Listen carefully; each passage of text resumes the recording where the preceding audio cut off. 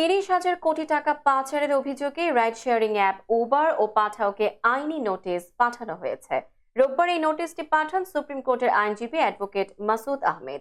নোটিশে আইনজীবী উল্লেখ করেন, রাইড শেয়ারিং বিধিমালা 2017 লঙ্ঘন করে বিআরটি এর অসাধু কর্মকর্তাদের সঙ্গে পরস্পর যোগ সাজশে রাইড শেয়ারিং কোম্পানিগুলো এই পর্যন্ত হাতিয়ে নিয়েছে অন্তত 30 থেকে 40,000 কোটি টাকা।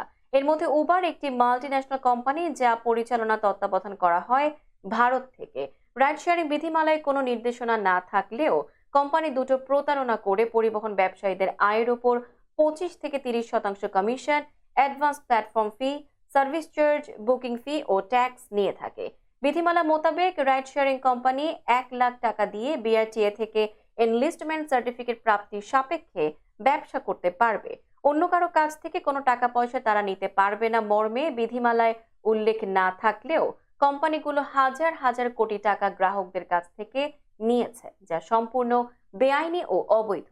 কিন্তু দেশীয় রাইড শেয়ারিং কোম্পানি ইনড্রাইভ, যারা একটি টাকাও কমিশন নেয় না, বিগত 8 বছর যাবৎ রাইড শেয়ারিং অ্যাপগুলো বাংলাদেশ সরকারকে কত হাজার কোটি টাকা ট্যাক্স দিয়েছে।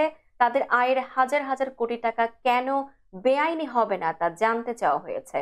তাদের আয় ব্যয়ের পরিপূর্ণ হিসাব এবং বিদেশে পাঠালে কোন প্রক্রিয়ায় কত টাকা পাঠিয়েছে তাও লিগ্যাল নোটিশ মারফত জানতে চাওয়া হয়েছে। একজন গাড়ি চালক যদি 3,000 টাকা একদিনে আয় করে, সেখান থেকে অন্তত 1,000 টাকা তারা বিভিন্ন খাত দেখিয়ে কেটে নিচ্ছে। এভাবে বিগত 8 বছরে তারা হাজার হাজার কোটি টাকার পাহাড় গড়েছে।